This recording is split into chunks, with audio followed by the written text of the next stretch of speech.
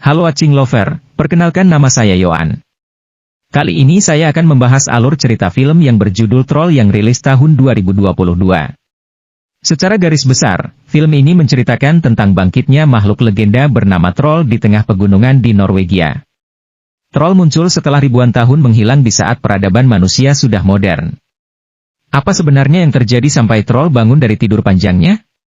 Tapi sebelum lanjut ke inti videonya, silahkan tekan tombol subscribe dan nyalakan lonceng notifikasinya. Selamat menyaksikan Troll 2022. Film dimulai di sebuah pantai di negara Norwegia, di mana ada seorang paleontologi bernama Nora, yang lagi mencari fosil dinosaurus yang katanya ada di pantai itu. Bersama dengan timnya, mereka berusaha menggali terus-menerus, sampai Nora berhasil menemukan sesuatu yang mantap di bawah tanah. Dan akhirnya dia pun berhasil menemukan fosil dinosaurus yang dia cari selama ini.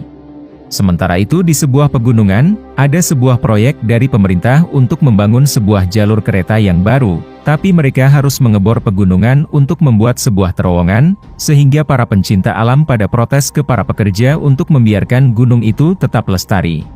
Meskipun begitu, para pekerja tetap bekerja dengan terus membolongkan gunung itu, dan malah meledek para pencinta alam kalau para pekerja udah mempersiapkan bahan peledak. Bahan peledak pun diledakkan, namun setelah para pekerja kembali ke dalam terowongan lagi, mereka mendengar suara gemuruh di sekitar mereka. Selanjutnya ada suara teriakan bersamaan dengan terowongannya mulai runtuh.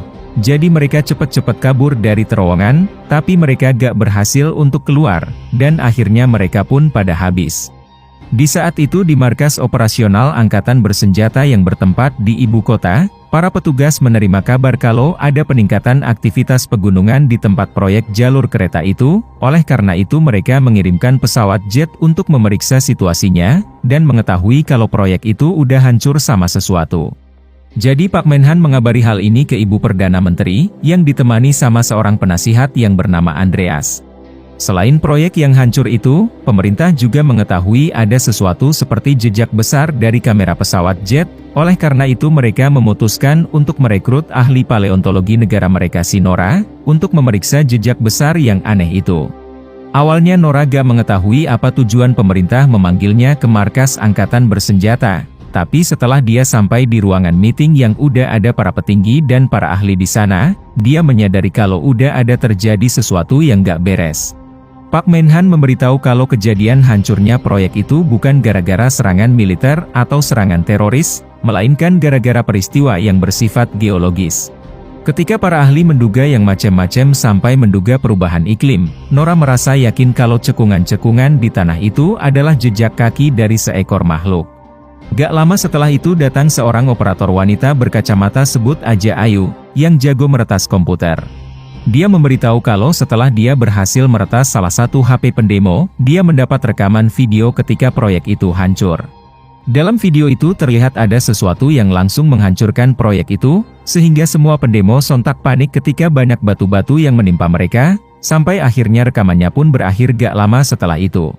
Dari rekaman itu, Nora menyadari ada sesuatu yang menarik perhatiannya, yang ternyata ada suara teriakan dari seekor makhluk, dan sosok makhluk yang mempunyai tubuh raksasa ketika dia muncul dari terowongan.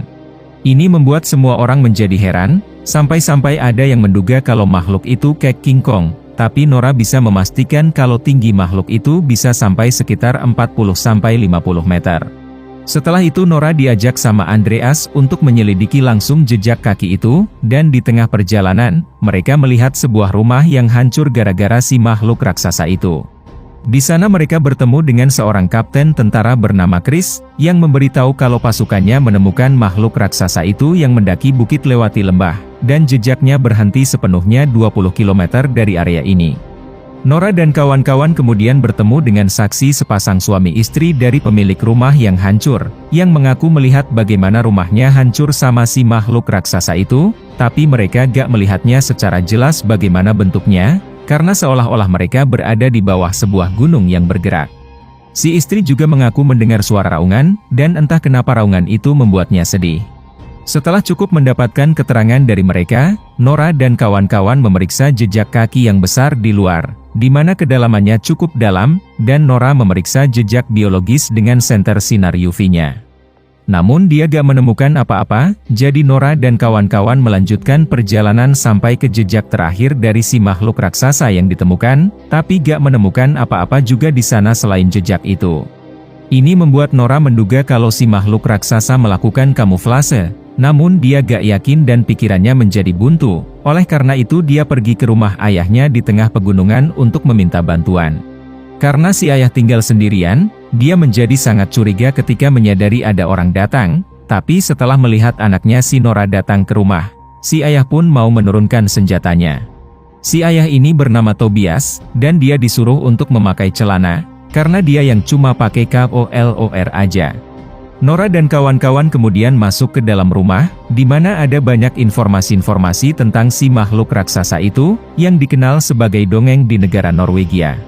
Salah satu foto menunjukkan sejarah tahun 1943, tentang suatu pasukan yang disuruh untuk membangun jalur kereta di daerah pegunungan Norwegia, namun pada akhirnya dihentikan, yang dipercaya gara-gara ada sesuatu di gunung itu. Tapi Tobias yakin kalau sesuatu itu sengaja dirahasiakan, dan bukti serta saksinya sengaja dihilangkan. Setelah Nora menunjukkan video rekaman kemunculan makhluk raksasa itu ke Tobias, dia menduga kuat kalau makhluk raksasa itu adalah troll, yang udah ada 1000 tahun yang lalu di Norwegia. Namun Nora mengaku udah benci jika ayahnya suka menyangkut pautkan dengan tahayul, dongeng, atau fantasi, karena bagi dia itu gak masuk akal, dan seharusnya dari dulu manusia udah tahu seluk-beluk troll dari DNA-nya jika memang nyata. Tapi Tobias tetap bersikeras dengan apa yang dia percaya, dan dia berkeinginan mau membantu Nora dan kawan-kawan untuk menyelidiki jejak kaki itu, jadi mereka pun kembali ke area jejak kaki yang terakhir. Mereka kemudian turun ke area itu, di mana Tobias memeriksa kondisi sekitar jejak kaki, dan membuat Nora menjadi penasaran dengan apa yang ditemukan Tobias. Namun beberapa saat kemudian, mereka menjadi berdebat dan sampai membawa-bawa dinosaurus, yang dianggap Tobias kalau dinosaurus itu makhluk fantasi. Sementara troll itu beneran yang datang dari gunung dan bangkit dari tanah, yang susah diterima pernyataannya sama Nora.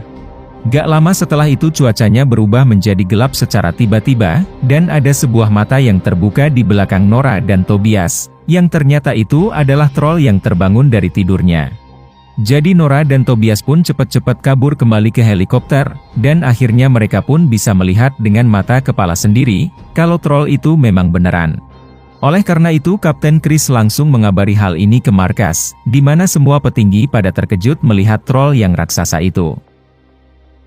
Ini membuat Tobias merasa senang, tapi dia disuruh untuk jangan menyebut makhluk raksasa itu dengan sebutan troll ke para petinggi. Pada akhirnya dia menyebut troll juga, yang membuat para petinggi menjadi bingung. Tobias selalu menyalahkan pemerintah yang udah membangun rel kereta dengan melewati pegunungan, karena itu sama saja dengan mereka mengejek alam, yang membuat salah satu petinggi menjadi kesal sama Tobias, dan akhirnya dia pun diusir. Nora kemudian meminta waktu untuk mempelajari troll itu, namun Ibu Perdana Menteri merasa resikonya terlalu tinggi, dan angkatan bersenjata akan mengambil tindakan untuk mengatasi masalah troll. Alhasil Nora merasa tugasnya udah selesai untuk meneliti troll, tapi Tobias bilang kalau kemunculan troll pasti ada maksud tujuannya, dan manusia bisa aja menakuti troll dengan senjata, namun Tobias yakin kalau alam akan melawan. Jadi dia mengajak Nora untuk mencari tahu apa maksud kemunculan troll, dan akhirnya dia pun setuju untuk mencari tahunya. Pertama-tama Nora dan kawan-kawan mau mengamati troll lebih lanjut, oleh karena itu mereka ikut bersama Kapten Chris yang mau melaksanakan operasi militer untuk menghabisi hidup troll. Operasi militernya dilakukan di area hutan, di mana ada banyak tentara yang dikerahkan di sana. Setelah para tentara udah berada di posisi masing-masing, mereka menunggu sampai troll datang. Tapi beberapa waktu kemudian, troll belum datang-datang ke arah mereka, yang membuat beberapa tentara sampai ngantuk menunggunya. Jadi Tobias menggunakan kesempatan ini untuk mengingatkan cerita tentang troll ke Nora, kalau dulunya troll itu ada banyak dalam kawanan besar seperti keluarga. Di saat itu Andreas menjadi tertarik dengan apa yang dipakai Kapten Chris, yang membuat dia teringat tentang game Call of Duty yang mantap itu. Gak lama setelah itu akhirnya troll muncul juga. Oleh karena itu Kapten Chris menunggu perintah untuk menembak, dan setelah dikasih izinnya sama Pak Menhan, mulailah para tentara menyerang troll dengan 2 tembakan roket. Tapi ternyata troll mempunyai kemampuan untuk bisa menyembuhkan lukanya sendiri, dan membuat dia menjadi marah dengan bergerak ke arah pasukan. Meskipun udah ditembak berkali-kali, troll masih baik-baik aja, dan mulai menghabisi banyak tentara yang ada. Di tengah bersembunyi, Nora melihat seorang tentara yang udah sekarat dan berdarah, sementara troll lagi berada di atas mereka. Jadi Nora secara perlahan-lahan kabur, dan gak lama setelah itu troll langsung mengambil si tentara, dan akhirnya dia pun habis dengan dimakan. Ini diduga Tobias kalau troll bisa mencium darah, oleh karena itu dia meminta secara langsung ke troll untuk tenang, dan memberi tanda kalau dia dan kawan-kawan gak ada maksud untuk menyakitinya. Setelah Tobias tersenyum ke Nora, dia melihat sebuah kendaraan dengan mesin senjata yang bergerak dan menembaki troll. Sehingga tanpa dia sadari ketika mau menyerang kendaraan itu, ekornya mengenai Tobias sampai mental, dan akhirnya kendaraannya pun habis dengan diinjak sama troll. Setelah melihat troll yang pergi menjauh, Nora melihat kondisi ayahnya yang sekarat, jadi dia berusaha menyelamatkannya, tapi ayahnya merasa mendapatkan penglihatan tentang sebuah istana, raja, dan rumah. Oleh karena itu dia meminta Nora untuk mempercayai ketiga hal itu, dan akhirnya dia pun menghembuskan nafas terakhirnya, yang gak dipercaya Nora kalau ayahnya udah meninggal. Setelah insiden itu, Nora mencari tahu apa maksud dari istana, raja, dan rumah dari buku ayahnya, sampai dia harus ketiduran ketika mencari tahunya.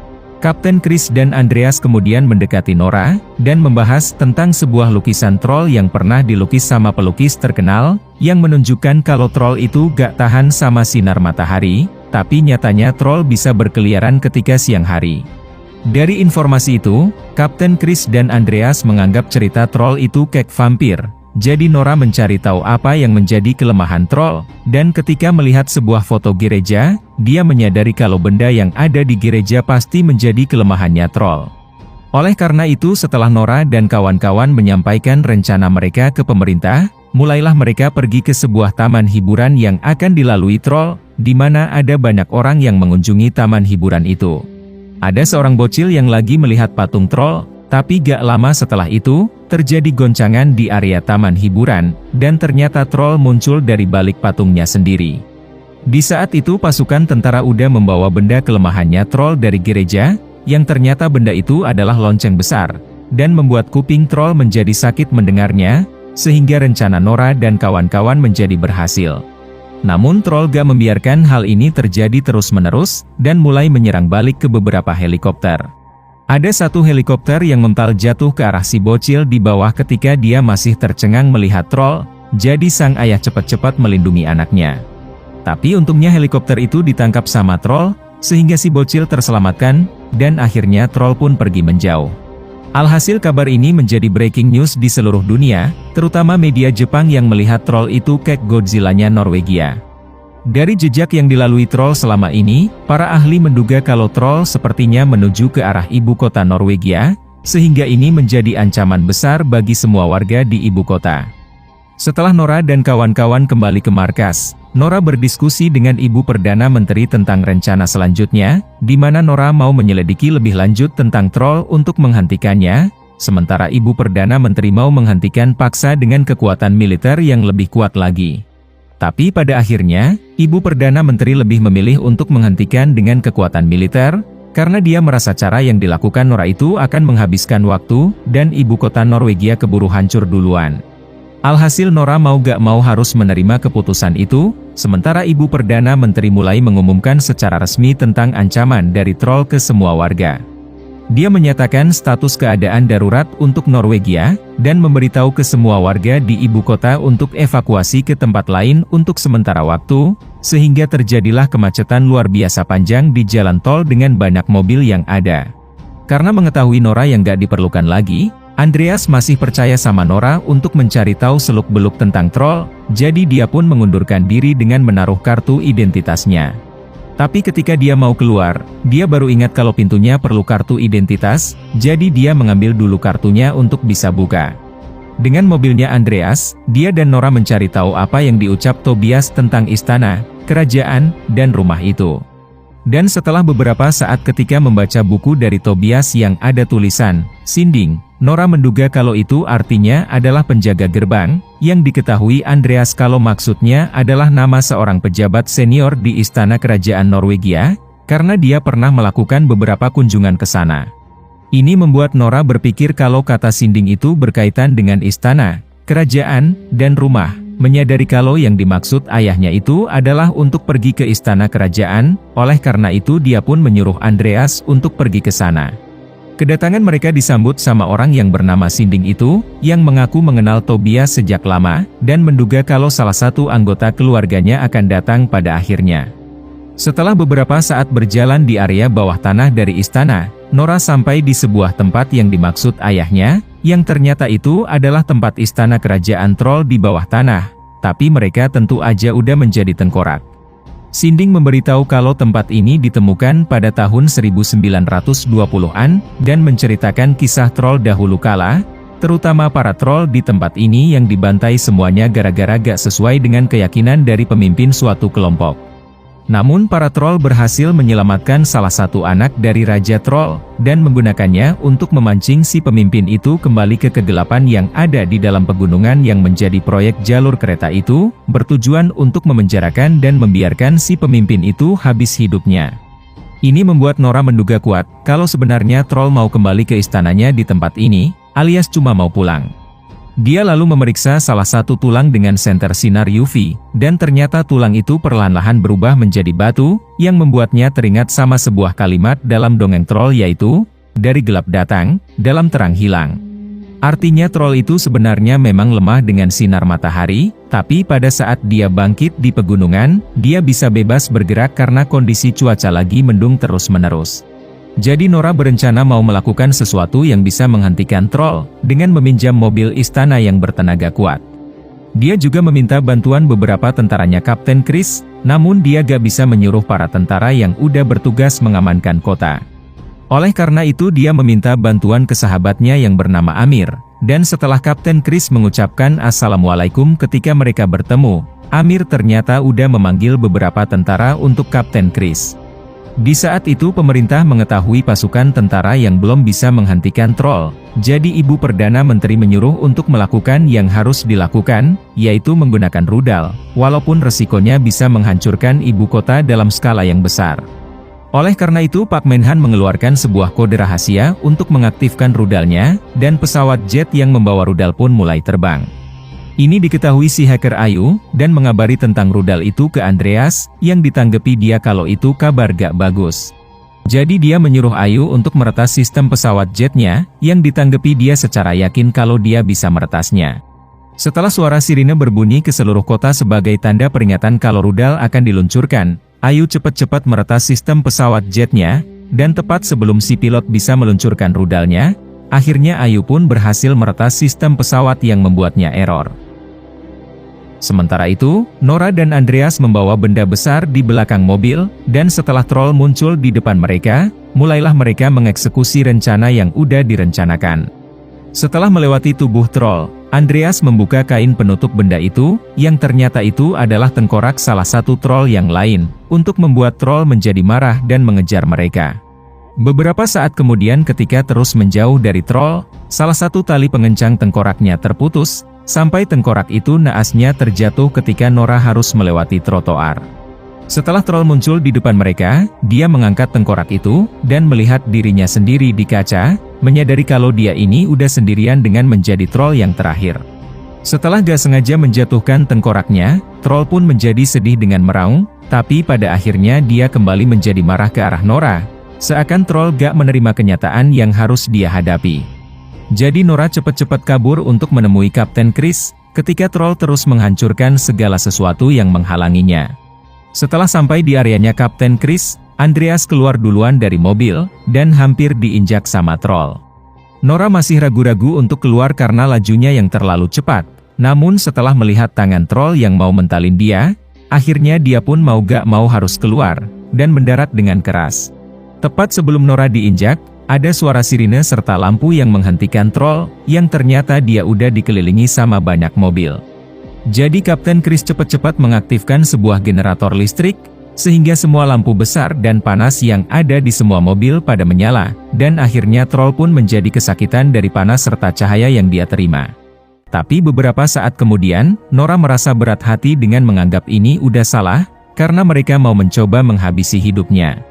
Oleh karena itu dia langsung mematikan semua lampu, dan menyuruh troll untuk pergi kembali ke pegunungan, karena dia pikir itulah tempat aman bagi troll.